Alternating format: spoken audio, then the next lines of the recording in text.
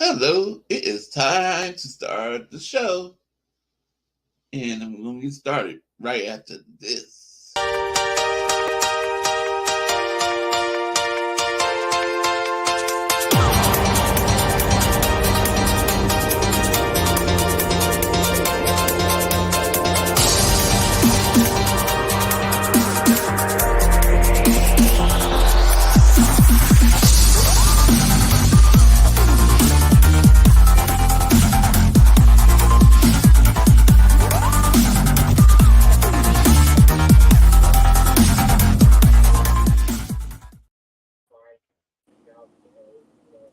Hey, how's it going, guys? Friday night. We survived another week.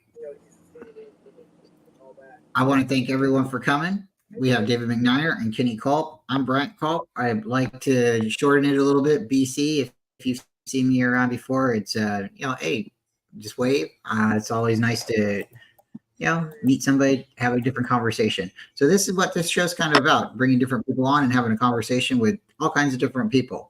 So we've had a lot of great guests, and sometimes people can make it, sometimes people can't make it, and sometimes you get a risk, like a mystery random person that just pops up or messages you out of the blue and says, "Hey, I'm available." So that's what's happening tonight.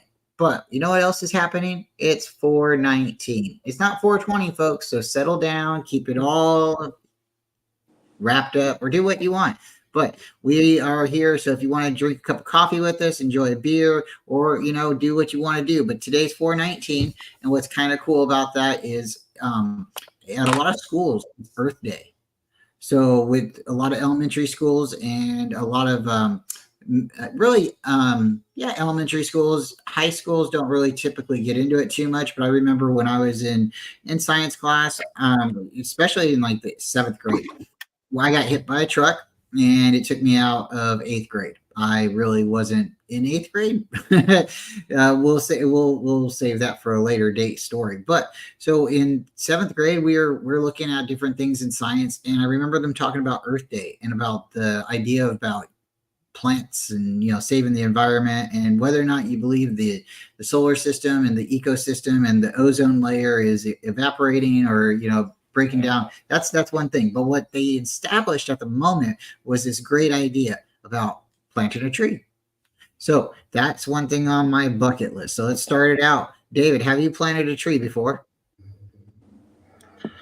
I actually have, and it was kind of a transplant type of thing. Like, the tree showed up, the fellow brought it in a truck, and it was just a little sapling, but it was in this humongous like plastic pot, right? So you get it out, you gently set it on the ground, you dig a big hole, you know, you take the roots, you take the pot off, you put the tree down in the hole, and you literally, fill in around it, and you get it all packed down, and then we tied like some ropes to it, and staked it in 4 different areas to make sure that it wouldn't like blow over or anything like that. So I've planted a tree. Let's just get that out of the way. I would like to plant more trees. I like to one day say I've planted multiple fruit trees before. I think that's a great way to, regenerate, refurbish, like give back, right? And then families later on can enjoy that too. My grandmother had a plum tree in her yard, and it was really cool. People, first year she didn't have anything. First year or two she didn't have anything, and then she had all kinds of like plums all over the tree. It was wonderful. So I would like to, let me say, plant a tree that is going to one day stand out, right? And like a redwood or something like that. I've planted a lot of cypress trees. I've planted a lot of different things like that. So Kenny, have you planted anything, like as that, like a, just a basic tree, or have you planted a fruit tree? And what's your thoughts? I've planted thousands of trees. I was a landscaper and I did a landscape architecture, and been doing it forever. It's pretty cool when you get to put something in the ground and then like later you walk by and you're like, wow, you know, and Yeah. you see how big it's grown or something like that. It's I really drive neat. by houses all the time that I put stuff in and just see how it looks. It's really nice. It's really, really cool. So like nature is something that's really fun. And this is what my next question is, and it's kind of aimed for David. And I have some really good questions for both of you, but this is aimed for David. And I would like your thoughts too, Kitty. So, you know, David, you go off-roading a lot. You go out in the, you know, 4x4, and we'll just put it like that, onto some different routes and, you know, some, you know, different routes, right? You know, let me get your thoughts. Is a Chevy Blazer and a Ford, oh my gosh, what is it? Bronco. It's a Chevy Bronco. Thank you. I blank it all. I was thinking of this question just a few minutes ago, and I was writing it down, and I'm not trying to look at my script, and I block out Fords. I really do. And I block out Broncos. So I'm not the guy to ask this question to, but is a Chevy Blazer and a Ford Bronco ideally the same thing in your opinion? If you're looking at today's right now, no, but back in the day, the old ones, yeah, they kind of are. You know, they're bigger. You SUVs, right? They come with V8s, right? And they're 4-wheel drive off road. A lot of them, the top came off. You know. So it's like a convertible, but you got to be able to store your top somewhere, right? Right. But yeah, back in the day, yeah, they kind of are. It's just different, you know, different models, well, different makes, right? So there's always a little bit difference in horsepower, a little bit difference in how it drives, brakes, everything, you know. And I mean, when it comes to the old ones, I'm kind of a Chevy guy. Yeah. So, in my opinion, you get something that's got like a small block 350 in it. That thing will run forever. So, you know. All right. Well, let me throw it down to Kenny. Same question. Are you a Chevy guy, a Ford guy? Is a Chevy Blazer and the Ford Bronco, ideally from the 70s, you know, that style, you know, model, ideally the same thing. And my question, and I want your answer, but my reasoning for asking both of you, because it's kind of like a click thing, isn't it? Sure. So what do you think? Is the Chevy and the Bronco, are they the same thing, just a little different motor? They're the same to me because I don't know very much about cars, but I am a Dodge man. A Dodge. My first car was the 1992 Dodge Ram with the front that whole new look. Before that, I never thought about driving a pickup truck. Before that, I think it had like 318 horses. It was like a 4.3 liter. Does that sound right? 5.7. I don't know anything about that stuff, but it was super fast. 318. 318 horses. Either had a 318 or they had three motors: a 318, a 340, and a 360, I believe. I had a 318, right? But I had a short bed and no cab, so it was just me and this engine. And I remember racing, you know, Jeep Cherokees, which are super fast, and little Volvo cars, which have incredible pickup, and with no weight in that Dodge Ram. It's just me sitting there holding onto the steering wheel and this enormous engine. And I used to just blow people away, and I would hang with a lot of really fast cars. I love a Dodge, and I love the look of a Dodge Ram. So I'm a Dodge Ram man. Let's go. So the reason I believe the SUV he's referring to is a Dodge Ram Charger, I think. Well, I don't know if it had all the the bells and whistles when I first got it. This is the very first Dodge Ram that came out with the round front. I think it was, I'm pretty sure, oh no, I think it was 95. I'm sorry, not 92, 95, 96. That's when it was. Okay. Yeah, that's when it was. That's when the first rounded front came out, and I saw that, and I loved it. And the first winter that I had it was the worst winter that we had where I was. And the snow was up over the Dodge Ram, but I was blowing down the street. I was doing whatever I wanted. I almost flipped it during this snowstorm. I almost spun it around in a 360 on the New Jersey Turnpike once, driving from New York to Maryland. It's a fun car, man. All the weight is right there in the front. It's just so fast. Such a great car. So for speed, I like the Ram. Well, I like it. I really do. I like cars. I probably don't like driving them as much as I like looking at them or thinking about them. I kind of grown out.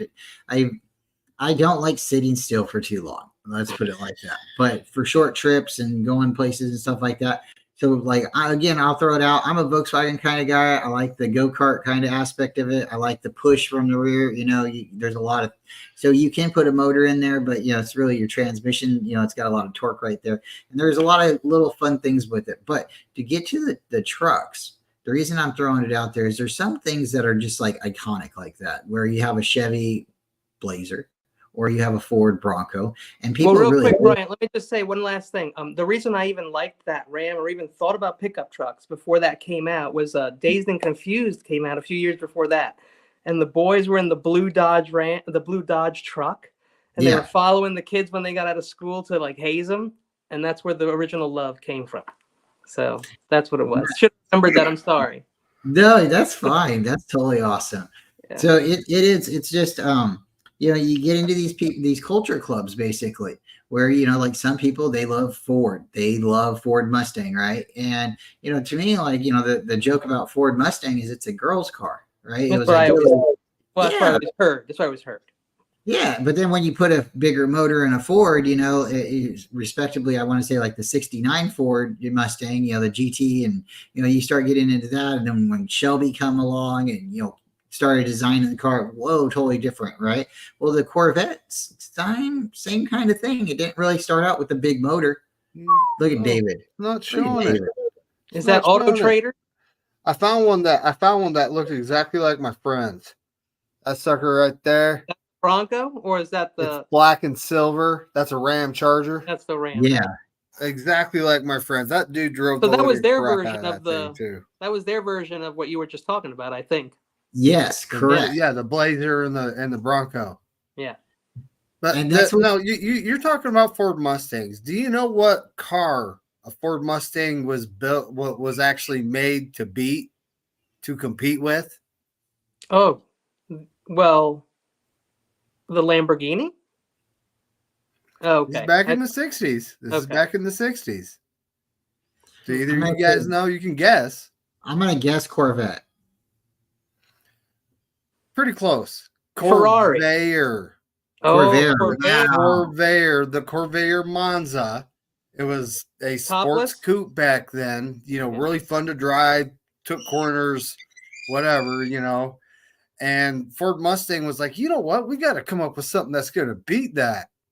So next thing you know, here come the Mustang, and then I can't say it was the start of the muscle car era because it actually all started before that Mustang came out.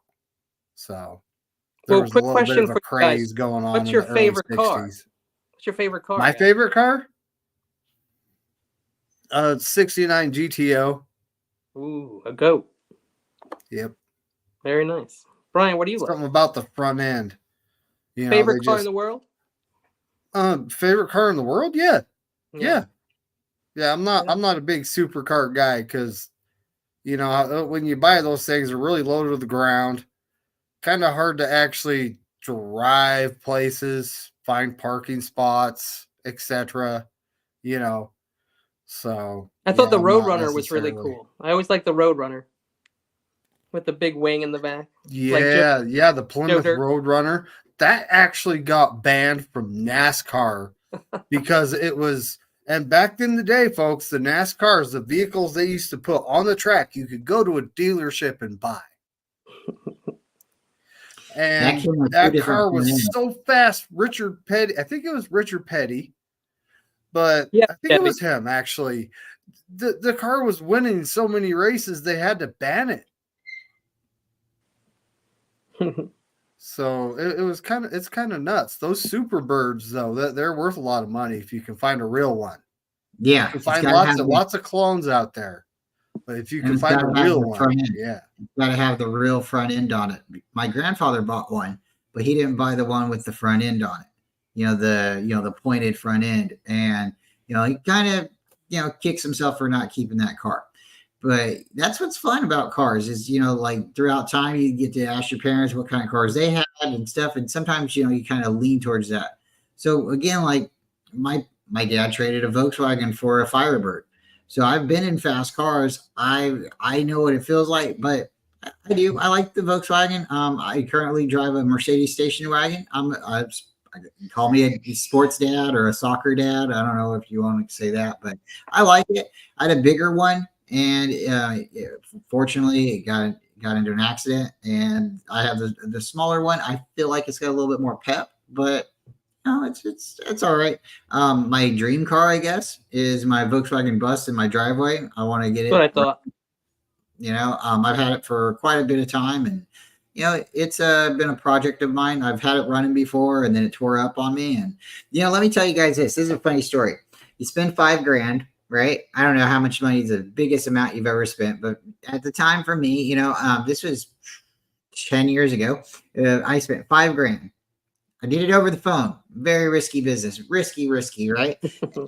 And I'm talking to this guy on the phone because I didn't have really the internet connection that I have now, and I didn't have the cell phone that I have now. So I'm doing this through a magazine. I'm doing this through the phone, and I'm doing this like this is my goal, right?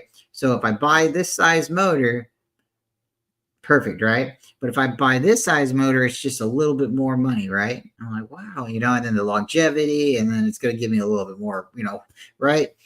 Because we're talking 70 horses, guys, 70 horses. So when you're talking to me and you're saying, oh, my little Honda's got 150 horsepower. Yeah, my Volkswagen Bus has 70 horses. It's not the fastest vehicle out there in the world, right? So if I can go up to like 110 horses, by going to, I had a 1700 and I'm going to a 2110. Yeah, let's do this, right? So let's do it. So the whole idea is they're going to cut my motor, they're going to build it, and they're going to send it to me, right? But they're supposed to test it, and then they're supposed to send it to me. Well, a month goes by, and I don't hear anything about it. And I was already told I'm on back order. So I'm like, okay, so it's going to be about a month out, right? In a month, I should hear somebody should say something to me, right? This is $5,000, right? Somebody's going to contact me or say something to me, right? 2 months go by. Now I'm trying to contact the company, and this is in Southern California, and I am reaching out to them, and I'm like, hey, what's going on? Nothing. And then I finally get a phone call. The guy I placed the order with had passed away. So a lot of stuff had happened in between that time. My motor just kind of sat there and got pushed back. And, my motor tore up real quick after I got it, and it was the default. And I sent it back to them, and over some payments and stuff, I got another motor from them, and it tore up again. And I asked them for the parts so I could internally rebuild it. I took the motor actually to a Volkswagen mechanic here in the Valley, and they took it apart with their cameras and stuff and wrote up a report on why they felt it was deemed to be a failure. And when you tear through a lifter, if anybody's listening to the chats ever rebuild a motor, there's lifters by the valves, and when you take your head off, there's these lifters for push rods. And basically, my push rod had pushed through a lifter several. When it was horrible. So long story short, $5,000 motors now in my garage sitting there, and yeah, I've rebuilt it, but I don't want to put that one in my bus right now. I want to go in a different direction. So sometimes, when you want things done right, you got to wait. If you rush, you just don't get to the point that you want to be.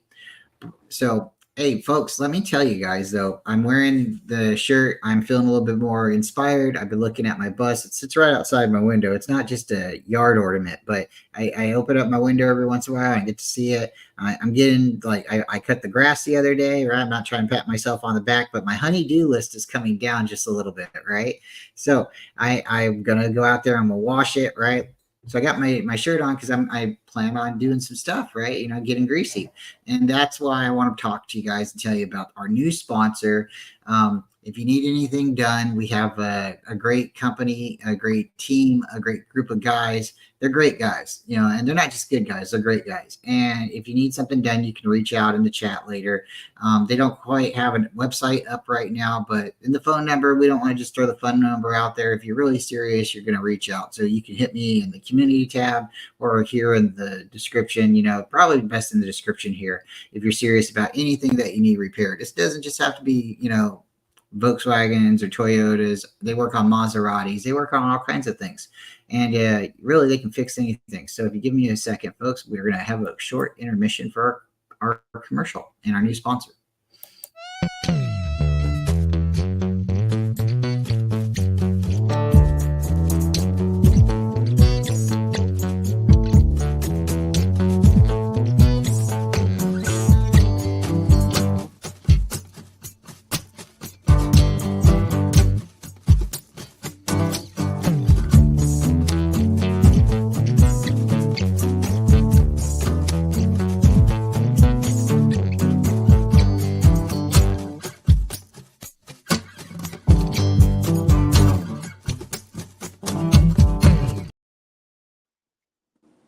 Again, thank you guys so much. Bianchi Buckets is the new sponsor of the show. We'll be moving forward with them for any of our automotive repairs.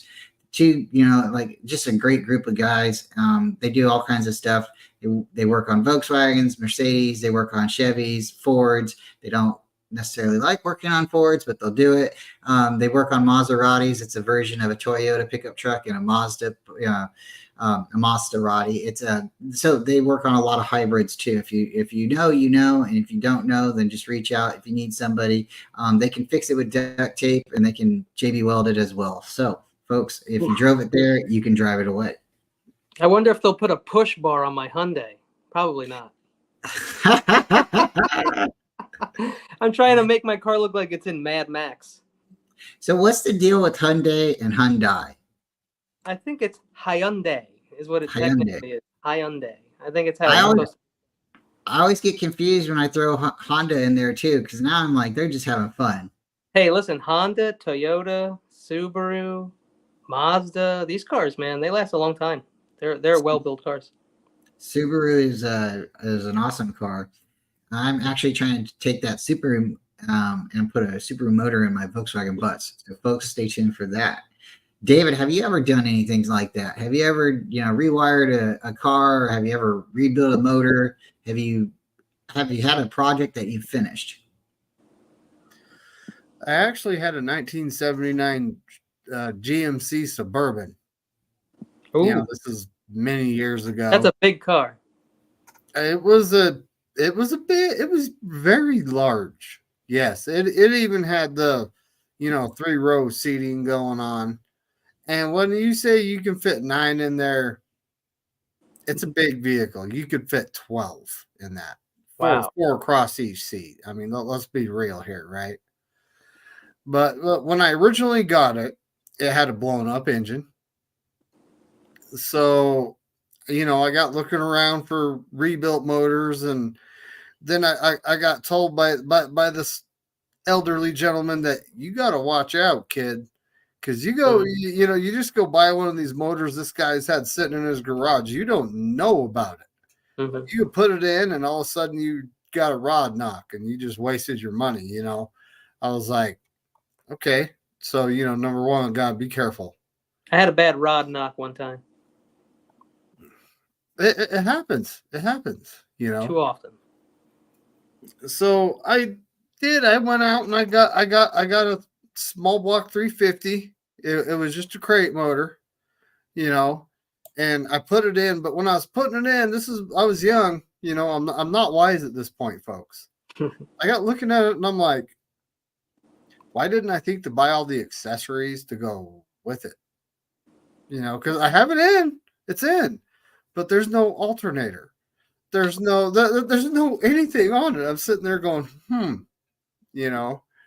So I literally had to go to probably 3 different junkyards because that body type, the square body Chevy, is a very, very popular truck. Like anything good's pretty much been picked apart and used by someone else. So I had to go to 3 junkyards, to find good parts. I was picky back then too, you know, and I got everything together, got it all in, you know, got it started and running, and the alternator wasn't good. But what do you expect from a junkyard, right? So I went and traded in, you know, at the local auto parts store and got a rebuilt one. And, you know, I drove that thing around for a while. And, you know, at 7 miles a gallon, you know, and at that point, gas was starting to do this big time. This. Yeah. Yeah. You know? And it was like, you know, I might need something a little better. So I ended up actually trading that for a 1983 Datsun pickup truck. Ooh. Okay. You know, the Datsun Nissan thing. Yeah. It was a Datsun, though. It wasn't a Nissan yet. Right. Right. Yeah, I remember because the Passport used to be an Isuzu before it was a Honda. You guys remember that? It was an Isuzu. It was an Isuzu Rodeo. Isuzu Rodeo. Yeah, exactly. And now people don't know what that is, but I remember Joey Isuzu. That's how I know the Isuzu commercials. but yeah, I got that sucker, and it was down a cylinder. So I ended up, like, you know, the 3 junkyards turned into 5, just because I'm looking for a used motor for it, something that actually has compression. And I found one, had compression, put it in, and drove that thing for a long time. You know, it's back in the day, that was just before I was, you know, I was young, right? And, you know, it was, had a lot of bills to pay. So I was just trying to keep my vehicles cheap, right? Mhm. You had to sell your body for a little while? No. That I haven't quite had to do yet, but if I had to do it, I'm not saying I won't. Yeah. I mean, if it came down to it, I might have to do it just as a retirement plan. There you go. Hey, you know, it is the oldest profession in the human world. Very respectable in Japan, by the way. Yeah, you know, and at a certain point, you know, I mean, you're either having fun or you're not, you know, and I mean, like, you're doing it because you're either liking the money you're getting, or I mean, like, everything really. If you break down any job, you're doing it for what? You're either lazy, it's convenient for you, or you're doing it because you really like it, or you're doing it because of the money, right? For me, it has to be easy more than anything else. I'll work around the money part. Easy. You know, I think, you know, at a certain point you have to just be able to stop and smell the roses. You have to be able to take a little bit of a break. And hey, I have a cup of coffee now. So shout out to all my girls, and appreciate that. Shout out to Dawn, Classy and Bebop and the Sentinel. And we got a bunch of people here tonight. We have Daniel Berry Sports, 49ers Throwback. We were talking supercars, right? Supercars. Sentinel actually put up a comment that says, and then, you know, you got to worry about some dummy scratching it. That's another thing with supercars. Like, don't. Everything on my car was done by someone else in a parking lot. I don't understand. My Camaro's got a couple things going on that, well, nothing that a paintless dent removal won't fix. You know, that's a secret too. What do you guys think about that? I have a gray bus. Right? And the doors, the inside of it, it's originally a red bus. My dream, guys, my bucket list, right? Let's make it happen. I want to take this Volkswagen bus to every stadium in America. You know, possibly, right? That can be done. So I think it can be done if I do it the right way. We'll push it. Right? Let's push it. Let's drag it. Right? You know, we should do attach some horses to the front of it. Is what we should do. Then it'll go anywhere we want. We can make it trailer happen. We could put it on. Why don't we get a tow truck, put it on there, and someone can drive the tow truck, other people can hang out in the truck. I have a trailer. All we need is a truck. Because I mean, I don't. What does your bus weigh? Because my Jeep can only pull so much. Oh boy, I think it's 1,900 pounds. Yeah, probably close to 2 tons. Yeah, I want to say it's that'd still be probably 800 pounds under my weight, my towing limit for the Jeep. So we should be good. We can forklift it into a U-Haul. All right, so this is the plan then. We're gonna make this happen, right? Because the Volkswagen bus has enough seats to the inside, we can tailgate, right? So what I'm nervous about doing, and I'm not gonna get over in my nerves, right? It's a gray bus right now because I primed the outside of it. It's gray and white. My brothers joke and say it's a Raider bus, and they're all Raider fans, so they're really giving me a hard time about it, right? So I want to paint it back to being red, but I'm a little bit nervous, like what you guys said, the nicks and the cuts and the scratches. And if I put that decal on the back window, is somebody gonna break my window because the team beat 13? I don't really want that kind of I don't want that, in my life, right? I don't want to have to worry about it.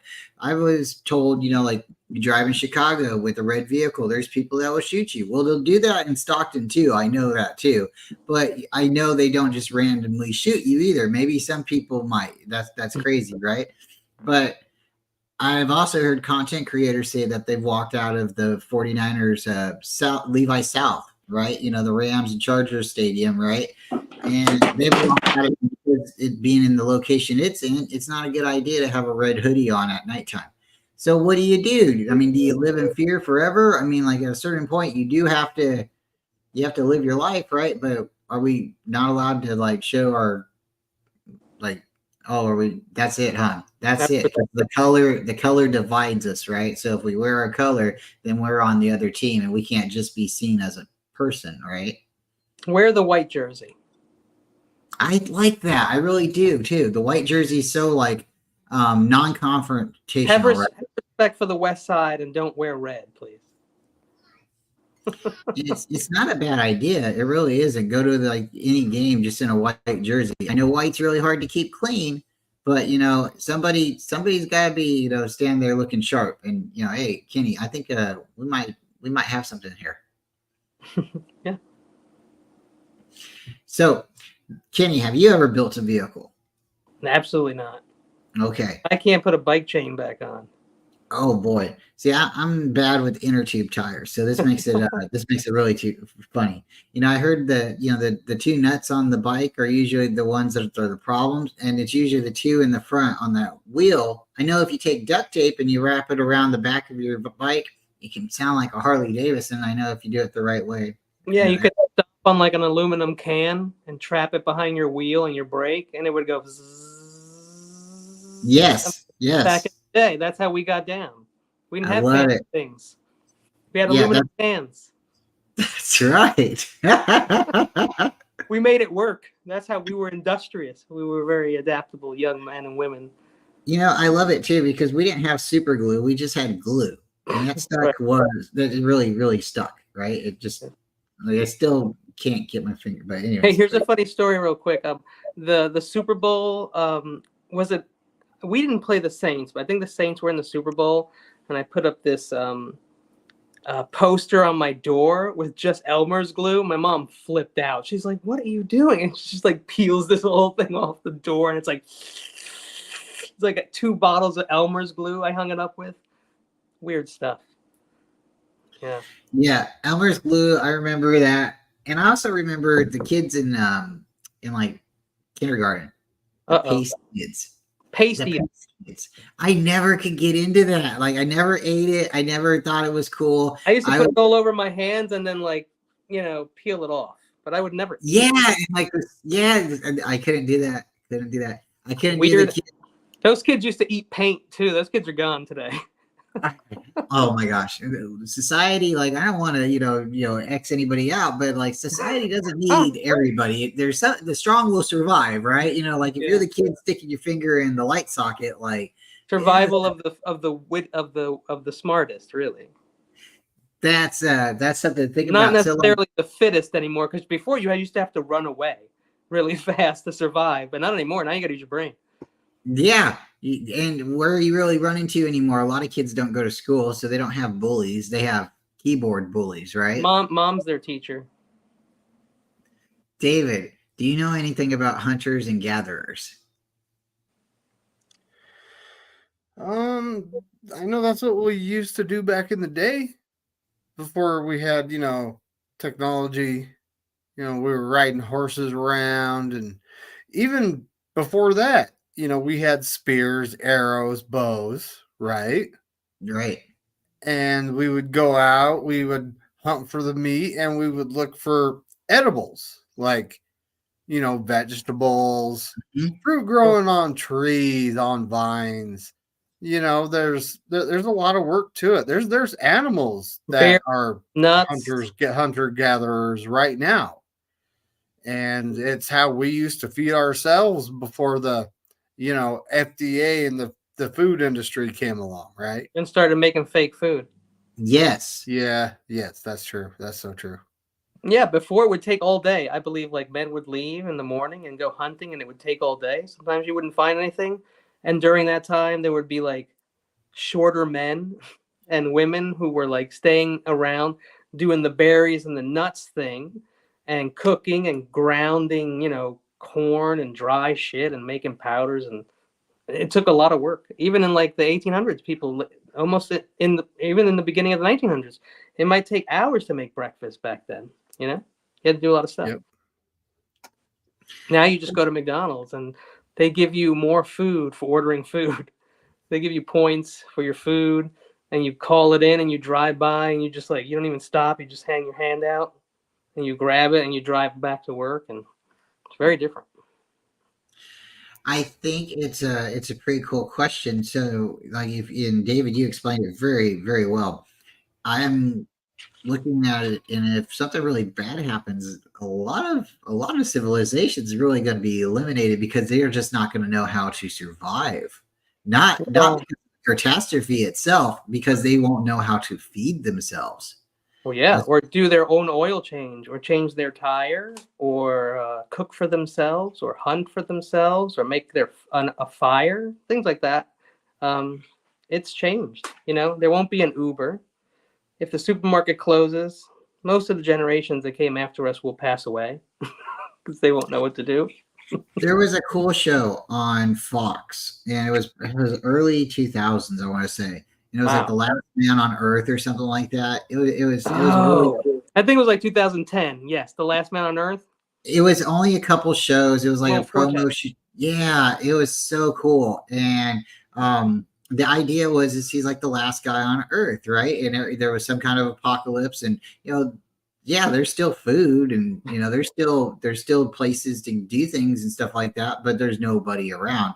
And ideally, if you needed to get a car, you could get a car that had gas, but at a certain point, that car is going to run out of gas. So if you want to keep that car, the gas pumps are going to have gas, but they're not going to have electricity. At a certain point, gas goes bad too. So at some point, I always see movies about the future. I'm sorry, but gasoline goes bad. It's not going to last for 25 years. So. Yeah, that's good. Because these tanks currently, if you notice, these gas stations get tore up, and then they have to put in a new gas tank, a whole new tank, holding tank for the gas itself. So it makes sense that gas is, deteriorating the tank, and the tank is leaching or not keeping the wetness out of the gas tank, because water and gasoline doesn't work very well. I know for a fact it will run. I have my Volkswagen, when it would rain, I have a carburetor. I don't have the air filter on it. Shame on me. And water will run right into rain and go right into the motor. So I do my oil change right afterwards. I used to work at an oil shop, so I would do an oil change on the car once a month, very, very often, because it'd be short, slow, right? And you bring the car in, right? And then somebody drives by and they see, oh, there's a car in the, oh, let's go, right? And the next thing you know, you got like 50 cars there. So it's a little bit of like, just pull your car in, basically. So one time, it had rained, and I did the oil change shortly after, and the car was running really, really, really bad. And then I get up to the shop, and I know it has gas, and we did the oil change, and when we pulled the drain bolt out, it was nothing but water coming out. And it'll run. It won't run for very long. It will run though, and it's not good at all. It's not good at all for your vehicle. So, but the whole idea with that show and stuff like that is there's different cars you can just go and jump into, but there eventually came to a point in the show where there was other people. And what happens then when you have to save your resources or share your resources with other people? That's when, like these hunter-gatherers, these people who actually know how to break these things down, actually know how to go out and hunt. Hey, shout out to noodle fishing, it's going to happen. It's going to happen.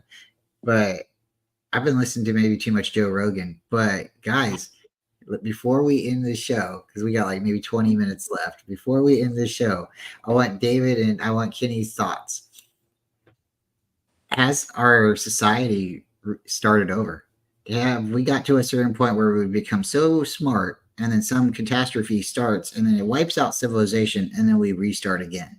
And my only thoughts of this to go back and point or be thoughts is we've heard about Atlantis, but it's gone, right?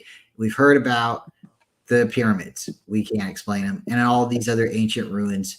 So, David, what's your thoughts? Have we gotten to a certain point in time where history has been, I don't know, lost? Or have we gotten to a certain point where history has been completely destroyed and we are restarting?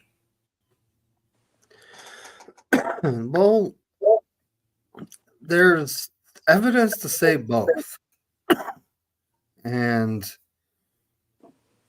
I mean, you know, you look at all these old structures, how they were made, and the technology that they had to have, right? Sorry, folks. And shout out to Steve. Shout out to Steve-O too. The Volkswagen was in the shop a lot.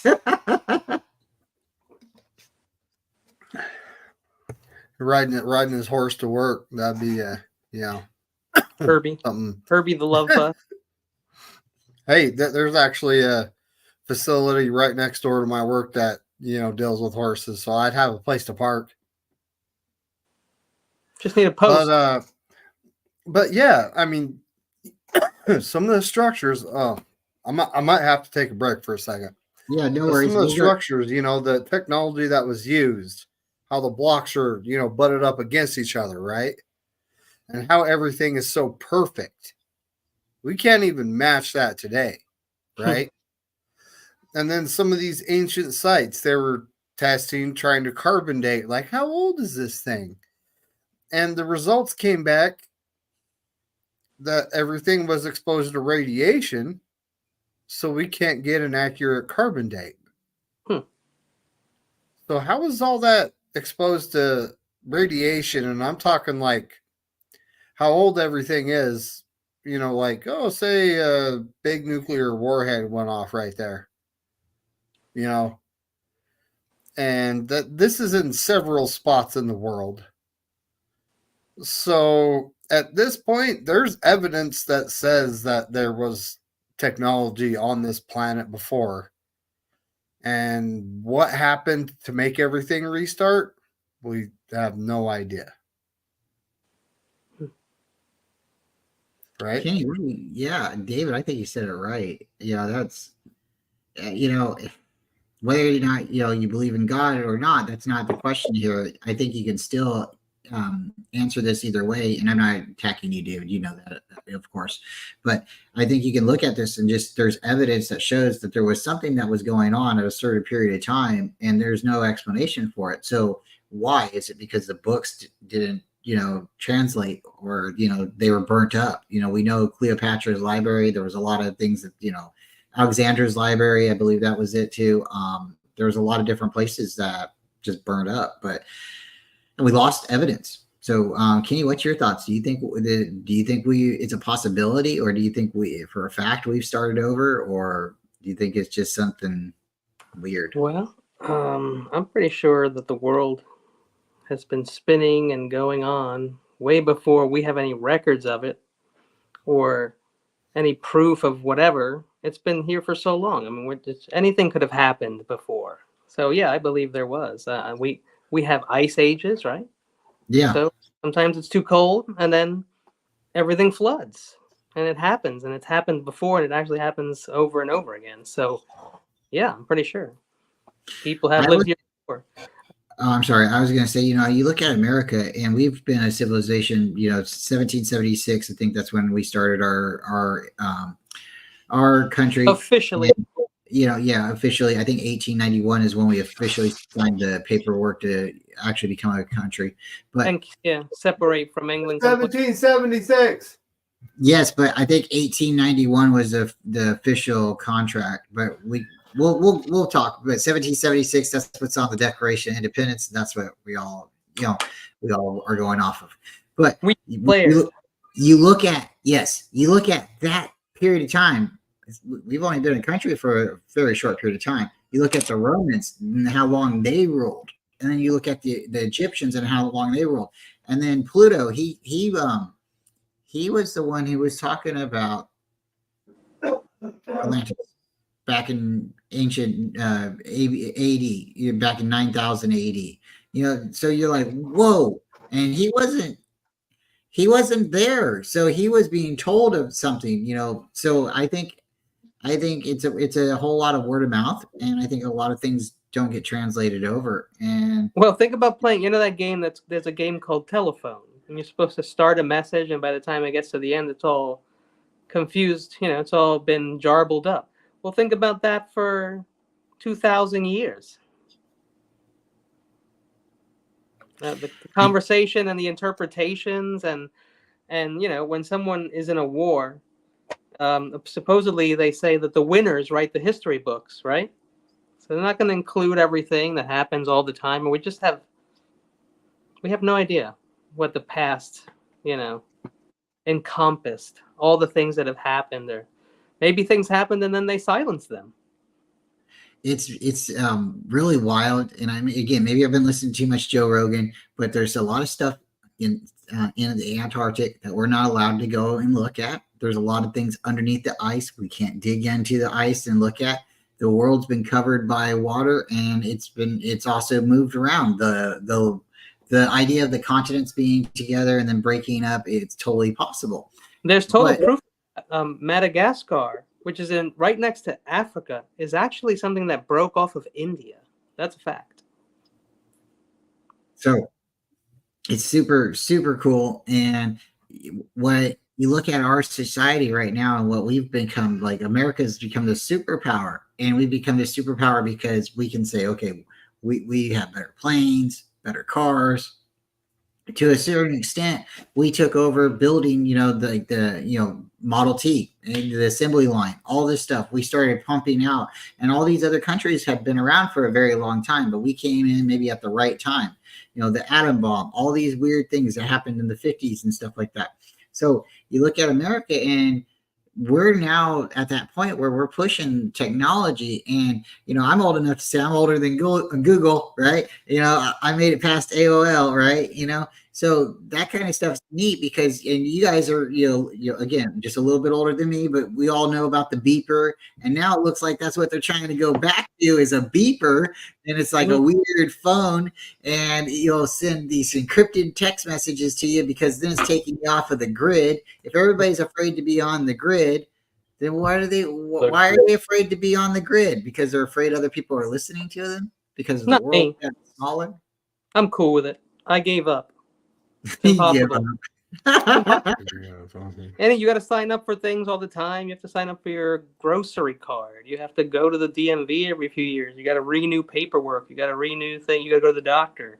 They have records there. They have your file there, your medical file. You ever see Seinfeld where something happens with her medical file? She's like difficult. She tries to go to another doctor, and she's like, I'm just trying to get an appointment. I'm trying to figure out what's going on with this rash. And that doctor's like, hold on a second, we'll be right back. Because they have her file, and she was difficult with the last doctor, so that doctor put it in her file. So now every guy who gets her file sees that she's difficult, and they're like, it'll be fine, just wait a few weeks, and they leave, and nobody will help her. Yeah, dude, yeah. There's records about you all over places, like places you wouldn't even imagine, like a Foot Locker, like things like that, like Blockbuster. Like they were collecting information even back then, so been going on forever. Oh boy, I love it. It's fun to be able to talk about it, and it's fun to be able to get excited about technology, but it's also fun, like we said, to be able to get your hands greasy and be able to go out there and fix something else. And if you can't fix it, then it's good to know somebody that might be able to help. Bianchi Buckets, shout out to Bianchi Buckets. But yeah, guys, I think it's been a lot of fun. Not every Friday night will we, have shows, that are just this direction, but sometimes it's fun to just be able to cut it up and talk in a different way. I'm going to say it. What's that? It's the off season. It's the off season. I'm gonna leave everybody with these final thoughts. Well, these aren't the final thoughts, but a Firebird and a Camaro are the same thing except the front end and the rear end. That's it. That's it, right? If you get into calling it a Trans Am, it goes on to the racetrack, right? Well, folks, doesn't matter. It doesn't. Oh, hey, tell you guys too.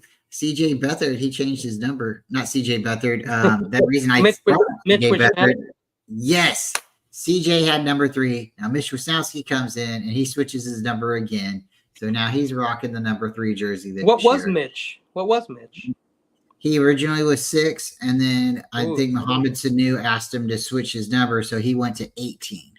I thought he was 6, but I didn't think he'd pick it after Mike Kofor had it. Kofor was a kicker, but He was all right. yeah. Serviceable Kofor won a Super dude. Bowl. He won 2 Super Bowls. Yeah, he did. He was on some coattails, but he won them.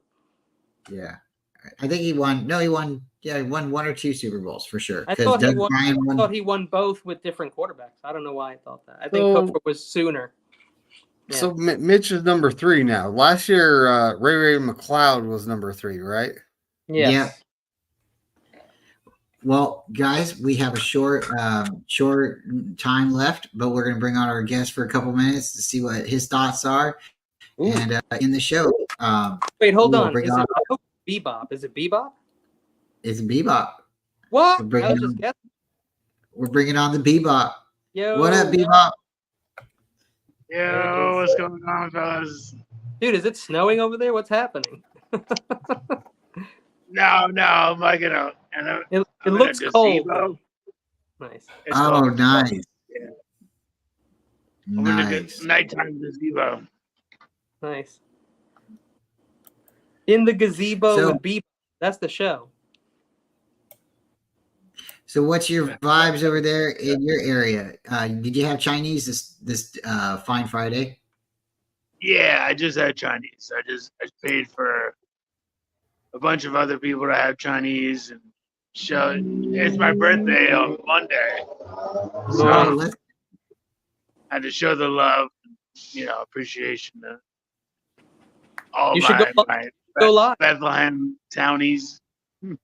Bethlehem, that's funny because I know that area very well because I've gone so many times from New York to Maryland and back and forth. So, and I've gone on 95. Yeah, I've gone on the Plymouth Pike. I've gone on 295. So, yeah, is it 495? My buddy had you're talking about cars earlier. My buddy had a Mitsubishi Evo, completely suited with the turbo and everything. You mean like the 3000 GT or a different? That's another one. A Lancer Evolution. Oh, a Lancer. Yeah, I know. Yes. Lancer, exactly, the Lancer. And we usually it takes 2.5 hours, in traffic to get there. Maybe 1.5 hours to get into New York City. We got there in 40 minutes. Nice. We were booking it 130 miles an hour, at 12 o'clock at night. You could fly on 95. Yeah, we booked it up there. We got it into Holland Tunnel or whatever it is, and we got into New York in 40 minutes out from where we're at. It's normally it's a 2-hour drive. Wow. For a slow person. We were raging. People who drive fast, that's we're trying to get there 35, 45 minutes. I know with the Camaros and stuff like that. I haven't driven a Camaro yet, but I'm sure I could do the same thing. I had a Prius up to 145. It just takes a lot of balls to get there and do that. A Prius up to 145. Wow. Did the turbo kick in? It was late at night in the summer. I think it was 2013, and I was driving from Atlantic City to Westchester, New York, and I was going 145 in a Prius, getting 60, 72 miles per gallon. It was insane. Right. Yeah. Yeah, you can do it. You can do it. You just don't get caught. You have to look out. I was the lookout when everybody was ripping it. Yeah. You gotta do it. and be safe. And driving too fast and not being, having a good car, that's irresponsible. If you got good tires, and I don't see sometimes being a problem if it's at nighttime. Yeah, this was like 2, 3 in the morning. There's nobody on the road. There's a fast lane for a reason. Slower cars should be over to the other side of the road. You shouldn't rule the road either. As someone who's driving, you see somebody else pull up behind you, or coming up fast. Don't slow down. Don't try to be the police. Let them go. Yeah. If somebody's driving like that, dude, don't let them go by you. You're not going to scare them. Yeah, you're just gonna cause an accident to try, because sometimes that'll happen when you're driving through town too, and someone's driving fast, and the person you'll see somebody start to deliberately drive slow to try to judge they're mad. And it just makes people mad. So David, what's the fastest? I'll tell you guys first. So if anybody, the fastest I think I've ever went was about 120 on 99. And I think I went 120 on 99 going to Sacramento or Galt, one of the two. It was during the COVID times. There was no cars on the road, and I was getting blown past. Man, there were so many other cars that was just going so much faster than me, and I thought I was doing 120 and I slowed down because I was like, I can't go fast like this. I'll get a ticket. I know. In Europe, you can go as fast as you want. They say pretty much on the Autobahn. Autobahn, that's what it's called. Mm-hmm. And those streets are not, those are narrow streets. There's a lot of turns. Yeah, but the people on those are not in like a Jetta. Well, actually, they may be. Jettas aren't so bad, and they're made right there in Germany. But I mean, the people who are on the street usually have an elite, beautiful car, like a Maserati, a Ferrari, a Lamborghini, something like that. So. Yep. So the fastest I've gone, in the Camaro was a little bit over 140. That was that quarter mile we were talking about last Friday. Yeah. And my 370Z, the limiter hits at 155. And I was driving up to see my family alone, somewhere between here and Washington, here in the great state of Washington. I'm not going to give a clue on exactly where. No. Big Brother's listening. And I started I was like, I wonder what this thing can do. So I downshift and just started slamming it and just, started running it through the gears. And I was just about to shift into 6. And then all of a sudden I felt the limiter hit, and I looked down and it was going 155. I was like, dang. And I mean, when you're going 120, everything still kind of looks normal. Yeah. Once you start hitting about 150-ish, everything starts to kind of become a tunnel. Especially when you make even just a little turn. It was a very long straightaway, Kenny. It was like the perfect time to do it. I saw no one around. I was like, yep. It was literally the perfect time to do it. You know what happens? Sometimes I'm on the freeway and I'll be going really fast, like 100 and something, because that's not so bad when no one's around or whatever. Mm-hmm. But then you have to turn just a little, right? And I feel like the car, and I feel like it's just going to pop off the road and just fly into the sky sometimes.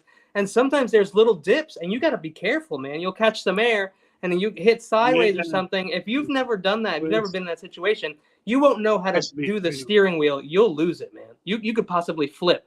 So even going straight, any little thing, then it gets very real.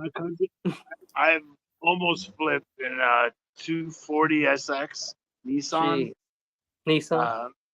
On the highway. We went up this embankment, and then we just kind of came just crashing back down. And it was super scary. You got to be careful. It depends on, it's not the car, it's the driver, Yeah. But, at 155, it's like, I realized what I was doing. So I had the car straight, and I wasn't about to turn, but I'm also in a 370Z, and, it's designed for downforce.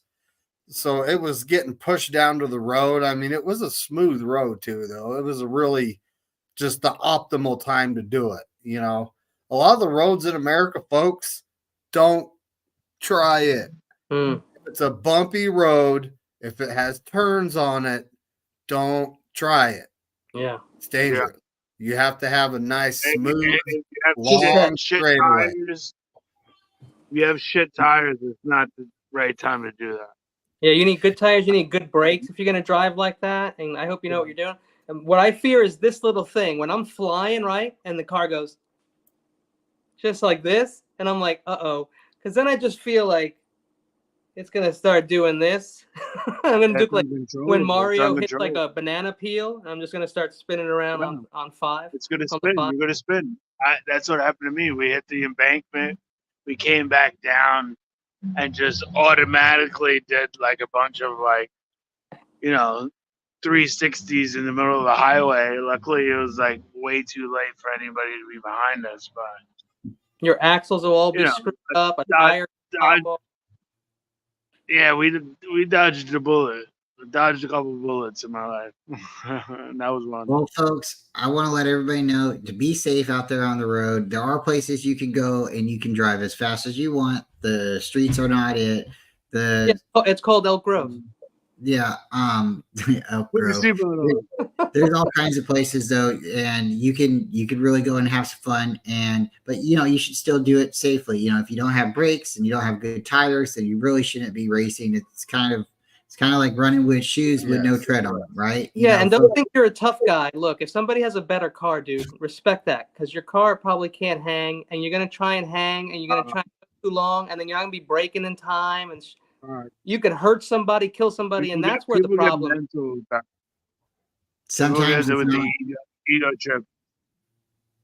That's exactly it. Sometimes it's about the ego.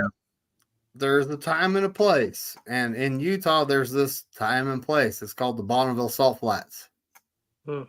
Yeah. Oh, I heard about that. That's where those jet cars go to go like 300-400 miles an hour. Yeah. It's literally flat, and it's meant for it. So there's an event every year. Every year there's an event, and you can go, you can run your car, but you have to kind of have a gauge for how fast your car is, because there's certain, like if your car is on a certain level, you have to have a certain amount of safety equipment, like roll cages, helmets, whatnot. Yeah, and real seatbelts, not the one that go across one thing and rip your chest in half. 5-point you need harness. to be strapped in. You need the harness. Yep. Do you follow NASCAR at all? I honestly stopped following NASCAR about the time that Earnhardt passed away. Okay. The Eliminator. Yeah, I'm like half in, 1 foot in, 1 foot out with the NASCAR. Yeah. Talladega is this weekend. Mm-hmm. Should be good. It's on Sunday. That'll be fun. That'll be definitely fun. I also stopped watching NASCAR a long time ago. Mark Martin was my guy, so we're talking a long time ago. Yeah, Mark Martin was my father-in-law's guy. So Winn-Dixie. I remember buying him bugles with Mark Martin on the box of bugles. I think he had a Mountain, not the Mountain Dew. It's the Mellow Yellow. Didn't he have the Mellow Yellow car and a Winn-Dixie? I think were two of his sponsors, Mark Martin. That was a long time ago. Anyway, the show is over, right? The show is over, folks. So, Bebop, if you have time and you want to maybe pop over to David's, maybe we can make that happen. And if not, right. We definitely appreciate you coming on. I know it was a little bit of a rush. I'm in the pagoda. You can see me. The pagoda. You can't see me. A lot of people not gonna know what a pagoda is. No, you learn something new every day. So, folks, thank you again for coming, watching. We'll have another fun time next week. Probably no show next Friday. Just be honest with you guys. It's going to depend on how everybody's feeling. We're going to be doing the draft. What are you doing for the draft? What are you doing for the draft? The three of us will be streaming live. And if you'd like to pop on, we'll drop you the link and you come on for a little bit if you like. Hang out for a while. And we'll go from there. When is it? Thursday, Friday? Friday and Saturday. Should we wear crazy outfits or something? Should we have like giant top hats like Dr. Seuss and wear makeup and things for this draft? Are we going all out? That's not opposed. Everyone can wear what they want. I'm dressed like Michael Jackson. Then I will be there as Michael Jackson for the draft. Bring your Well, best until then, folks, suede jackets. we are going to beat it, and we are going to leave, and we will see you later. Join us hopefully over there on David's show, David McNiner show. We'll be starting in a little bit. Just type in David McNiner, and you'll find us over there. We'll see you guys in about 20 minutes. Go Niners. Go Niners.